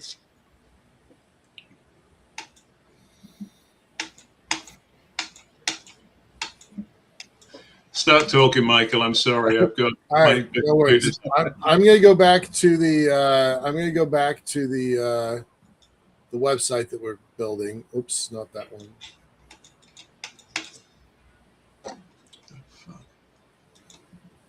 And just kind of talk through some of the pieces of it here. Hold on, I want to see what Dallas is saying, don't forget to compare apples to apples. Compare Earth to L1 to Mars with Mars. Yep, I'm going to show you exactly that. So Dallas is saying, don't forget to compare apples to apples. Compare Earth to L1 to Mars with Earth to Mars with the moon to L1 to Mars. Yes, absolutely true. I did not do a complete apples to apples because I'm making the assumption that whether you used geese to fly to the moon, and that's an old myth that I said that on purpose. I don't care how you get to L1. I'm counting this is an energy point from L1 out to anywhere else. So yes, you still got to get to L1. That doesn't change. But what we've done is taken a look at, pretty obviously wherever you want to go in the solar system, you just save energy. You don't save a lot of time. As we did this over and over again, we decided it was okay to downplay the time savings. That's as close as we could get to that apples to apples comparison, Dallas. I think this is pretty interesting, though. Getting out to Mars, and again, Dallas, this is a direct flight versus L1. So yes, you definitely still have to move from Earth to L1. You don't ever get to give that up, but I think there's going to be a thriving economy at the L1 station, at LiftPort station, and some of that stuff is going to be built on site that'll never go back to Earth, and that's what we're trying to look at here. I'm not saying that we got any trips going out to Neptune anytime soon, but it's pretty good. It's funny, the farther away that you go, the less it matters whether you come off of Earth or come off of the L1 station, because you're still dealing, the primary source is still the sun if you're going all the way out to Neptune. So 30 years doesn't change. Delta V changes a bit. It's about half, but I don't know that that's as significant as if you are close. And close does matter, right? If you want to get from Earth to the ISS, sure, it doesn't take any time at all, 0 days. Versus if LiftPort's trying to do it, if somebody's trying to do it from L1, it's going to take 5 days. But again, the energy trade-off is there. So I do really want y'all to take a look at this. It will be on the LiftPort website, liftport.com website, probably on Saturday. There are some known problems here. John, do you want to talk about safe havens? Yeah, can you hear me? My computer's completely locked up, so I can't come out of that share. But if you can hear me, I'll talk about it. We can hear you loud and clear. Your video is off. I would just go ahead and turn off your video. Okay. Yes, and Dallas is completely right. You're trading energy for time. Yes, absolutely. Yep. So I remember Apollo 13 happening, and it happened on the outward leg from Earth. And the terrible thing about that journey is they had to go all the way around the moon, go around the dark side, and come back again. And fairly obviously, we need a safe haven. If we'd had our L1 port in place, they could have arrived there. And I think it's important to offer safe haven to anyone that's in trouble, and that'll certainly be a service which we would provide, and I'm sure the whole world would add features to. And one of the things we can do with that simulator is simulate a problem at any point between Earth and the Moon, and simulate a bailout to get to L1. What your delta V would be, and how long it would take to do it. And that's got to be of great use. And presumably it will have some minor medical treatment and food, air. Let's have air and thermals, right? Let's have that as a minimum. But it's half the time, right? Earth return is 4 days. Safe haven to L1. Now, again, this is orbital mechanics. It's not like you could just like flip your spacecraft around and go the other direction.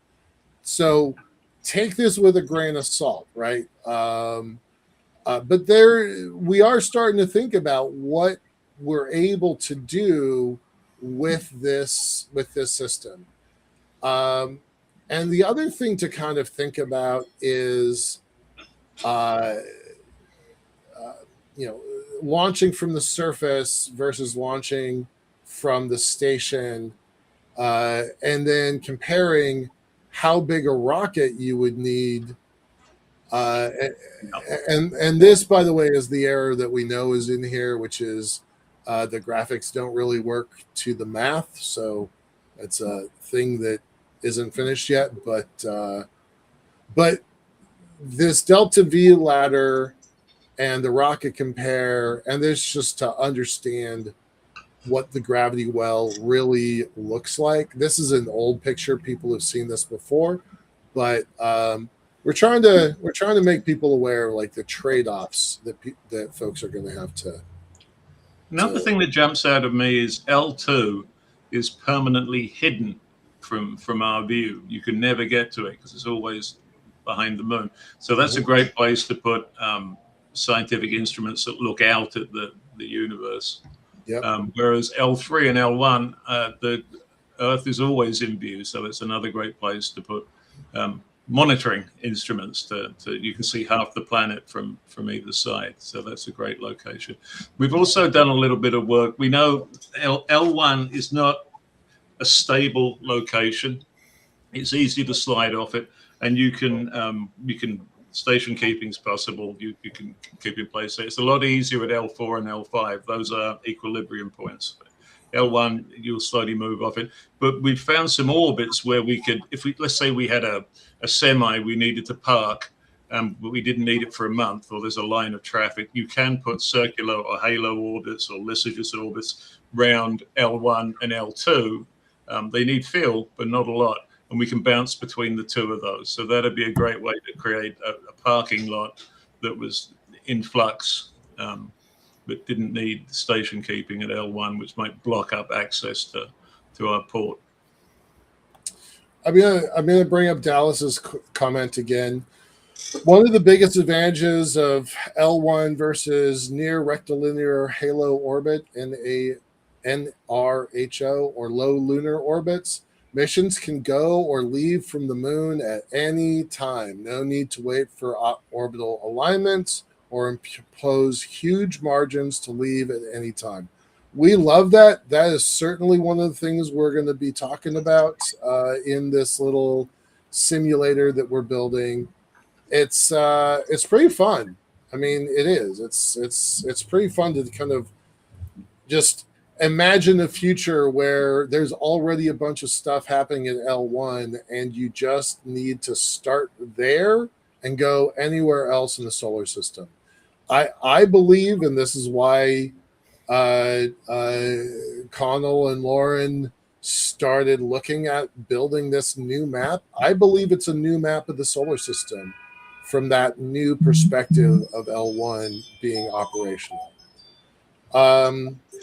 We've got about 15 minutes left. John, did you want to say anything else? Yeah, I read as I was researching this that O'Neill wanted to put his space stations at L4 and L5, which is nice. And he did an awful lot of work on the math for space, station keeping and illumination and a ton of stuff. So I got his book. Me too. Gosh, normally it is right here. I'm sure this is it. Yeah. Everyone at Gravitics gets a copy of that. Gets a copy of that book signed by Colin. Yep. I got two versions of it. One is this Space Settlements, the design study, and then the actual book. The design study came first, and last year was this is the anniversary of it, I think, to the 50th anniversary. So yeah.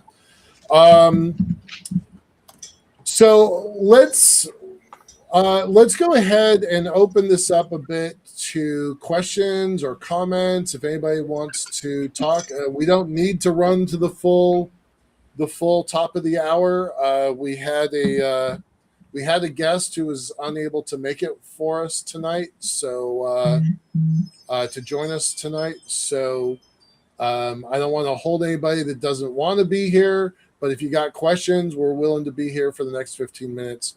What do y'all want to do? Does anybody else have anything they want to bring up on my team? I just think that the economics for the space, we have a price point that is, when you compare it to other price points from other transportation system, it's extremely competitive. Highly competitive. It's eye-watering competitive, and we have a lot, and we do have leadway with that. So I think that is a very important consideration. And I mean, some people might be on the fence, but the fact that we are bold enough to say we can do that, you might want to pay attention to this. This is something that's got a lot of. It's a game changer, nonetheless. It's a game changer. There's a lot of utility that comes out of this. We not only did we just talk about, a life station, just like out at sea, you have every nation has a duty and responsibility. Same thing. We're up here in space. It's the same risk and stuff like that. And I wrote in the chat or behind the scenes chat. Well, the whole world needs to finance this. So, yeah. I mean, there's a lot of utility. There's a lot more things that you can do from L1. There's a lot more transportation issues that we can help solve by being there at L1. So I do think that this is not a pie in the sky. This is not something this is something that's very much needed. Well, one of the things that came out of these conversations, again, we've had 2 conversations this week with potential clients that also are interested in becoming potential investors. So two different one. One is a large infrastructure project focused on the moon, and the other one is a downmass space tug company. And both of them have the engineering chops, and they've got the hopefully they have the economic backing. And so, our published price is $5,000 per kilo. That's our published price. But one thing that we're looking at with these client investors, and it's kind of a new category, is if they really are going to be in this ecosystem for the long haul, if they want to invest with us, we will cut their freight rates down. We will lower their freight rates. If they have enough confidence in what we're doing, we will lower their freight rates, so then they get a return on investment in our company, but they also get a secondary return by having lower costs for operations. Yeah, exactly. And I think I've written about this category because we started to see the picture for the last several months. Is that we're at infrastructure, right? But space does not have the financial maturity to be able to finance us accurately. We take what we can get right now because it's the only thing that's available. So, like if a VC comes along with, they're used to doing software. They're using a shorter timeline. They're used to having some. All right, let's see when the revenue starts, and this is when we scale. That's not what happens here. This happens at the back end when everything's built. Mm-hmm. It's like building a toll road. You're not going to make your money until the damn thing's built and people start going through it. Which is why I was saying I was in the wrong room this weekend. Right? Yeah, exactly. And VCs might not want to know it, but the truth is they're not the right fit, because you can even look at VCs at C round and companies at C round and D round of fundraising. There's a drop off. a big drop off Big drop. because they're stuck because they can't scale because they don't have a viable their product. Even though there's a solution, it hurts. They don't have a customer. Right. And so it's really was the first clue. And I saw it clearly whenever I was working on the tier system. When I was developing the tier system, I started mapping financial rounds to the tier system at each level. When I got to between tier 2 and tier 3, which is tier 2 to tier 1, which is from development to scaling, you'll see that drop off precipitous and it's automatic. Yeah. And I'm like, oh, that's where the issue is. And that's what it is. And we don't have the right financial tool match. Now we're going to have some people on our other project, Unknown Quantity, that was going to talk about some solutions to that. But whomever is playing music, can you turn it down or off? Yeah. So we got solutions. There's solutions that's coming along, but I think this idea right here is what really has some legs. Where the customer client, right.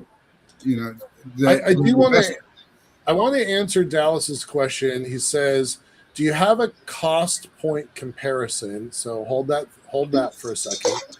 Price is one thing, cost is entirely different.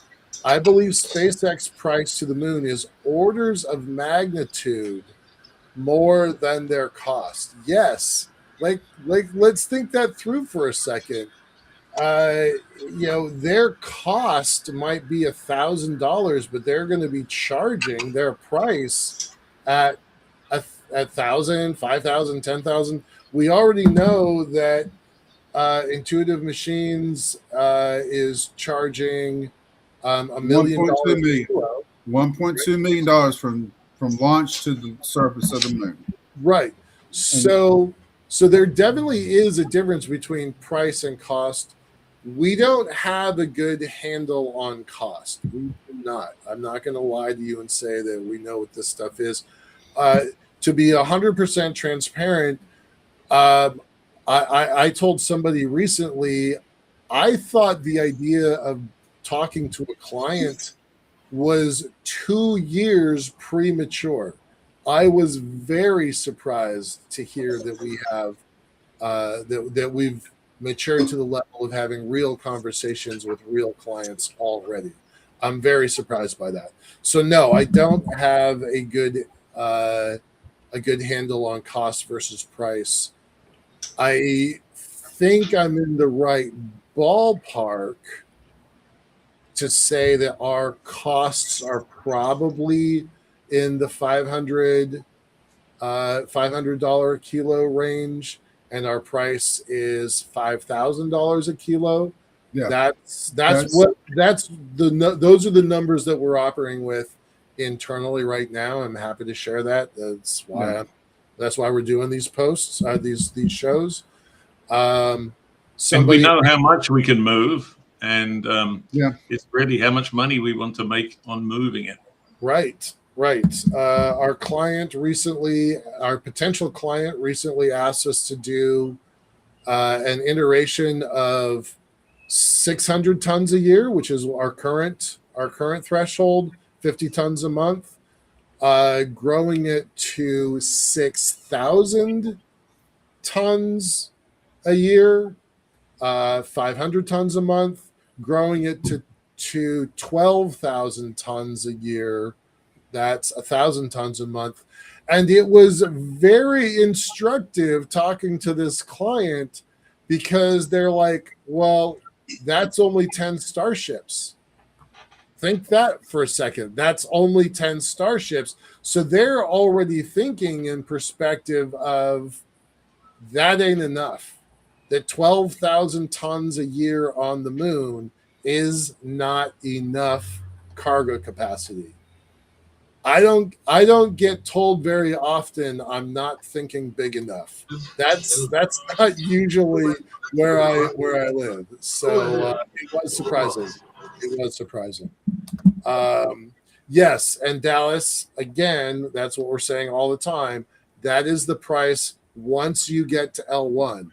If you figure out telekinesis and can lift cargo with your mind up to the sky, That's one path. More than likely, it's going to be Blue Origin and SpaceX or Rocket Lab or Intuitive Relativity. But our price starts with when you dock at our station, right? Yeah. One. All right. Right. With that, we got just a few minutes left. I'm going to do round the robin. I want everybody to say thank you and kind of what you think the next month looks like for you. For me, I am focusing on those exact questions that Dallas just asked about price versus cost.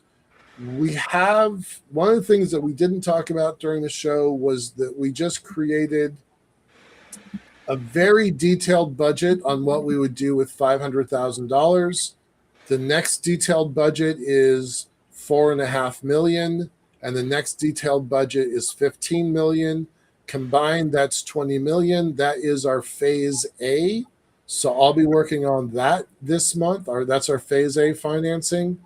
Phase B is 30 million, and phase C is 300 million, totaling 350 million. That's what we think it's going to cost to build the elevator. I don't have good real numbers for any of that, which is why we're going to spend the time on that 20 million phase A this month. So I hope to be able to share that with everybody next month. Fingers crossed. It's not easy to do that. It's not. So it's gonna be tricky, but that's the plan. Joseph Lauren, you're going to be gone soon. You've only got a couple weeks left. What do your next few weeks look like?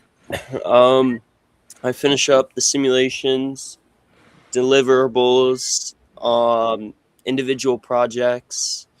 I finish up what I'm doing right now, maybe help with a few things that are currently ongoing or just need to get finished up before I leave. And then I am off to school again. Yay. Good. All right, cool. And Dallas, of course, I know you love the elevator idea, and I love that you point out issues that need to be addressed. So keep doing what you're doing, buddy. Thank you so much for all of your support and time. Latrell, what are you doing this next month? Well, other than the obligatory paperwork and getting all of that in order, we're continuing to develop on the satellite, and we're hoping to bring our big laser centering printer online so we can start building some really cool parts. Awesome. That's a whole different methodology than the FDM that we're using, so we can print things in mid-space, and that's a cool thing to do. So that will improve our product immensely. John Connell, we got 3 minutes left and 2 speakers, so go fast. I'm going to be supervising Joseph, trying to make sure we can put his name on something patentable, which will be cool for his career. And me, I'm going to be doing more and more simulations. First, to help the company sell, and second, to help the product work. Outstanding. Thanks a lot. And Alejandro, thanks for your support, buddy. I didn't know you were here, but glad you are. Sean mixed up AM versus PM when he set up the show, and Alejandro was sitting there ready to go at 8 o'clock this morning. So thanks a lot, buddy. Appreciate all of your support for the years. Sean, go ahead. What are you doing this next month? Well, saying we're operating the Unknown Quantity podcast and publishing the Better Futures Dispatch. I am working on doing a live version of the Better Futures Dispatch at the end of the week. This won't be ready this week. It might be next week when I do it. Just a recap of the week. Go over, and I'm actually going to work on some of the financials for LiftPort. Bringing my skills in, and see what we can come up with that makes sense. And I'm finishing up these 2 writing projects about spaceports and the financial side of it, of the space industry. Awesome. I couldn't do any of this stuff without all of y'all. I'm so grateful to our team. I'm looking at the notes in the chat here. Happy to chat with Jason and Alejandro. Let's do that offline. And I appreciate all of the support that we've gotten from our community. This stuff can't be done without you. So with that, I'm going to sign off. Appreciate all of y'all, and we'll see you next month. I'm pretty sure that the show is going to be on the, dang it, I had it right here. On the 5th of August. I'm pretty sure it's going to be on the 5th of August. Hopefully we get back on track. All right. I will see everybody. Thanks so much, and have a great night, y'all. Appreciate it.